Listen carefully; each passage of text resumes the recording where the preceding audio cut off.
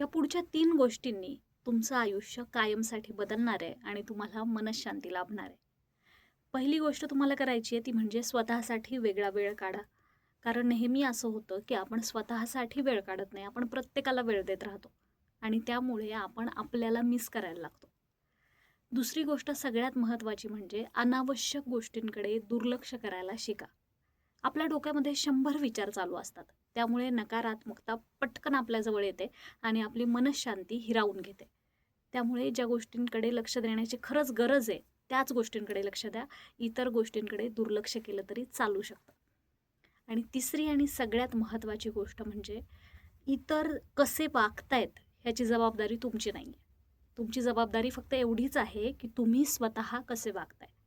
त्यामुळे इतरांनी कसं वागावं आणि स्पेशली तुमच्याशी कसं वागावं हे तुम्ही ठरवू शकत नाहीत. त्यामुळे त्यांना वागायचं तसं वागू द्या. थोडा त्रास होतो, पण त्या गोष्टीकडे दुर्लक्ष करा आणि स्वतःची वागणूक आपल्या हातात आहे, हा विचार मनात पक्का ठेवा.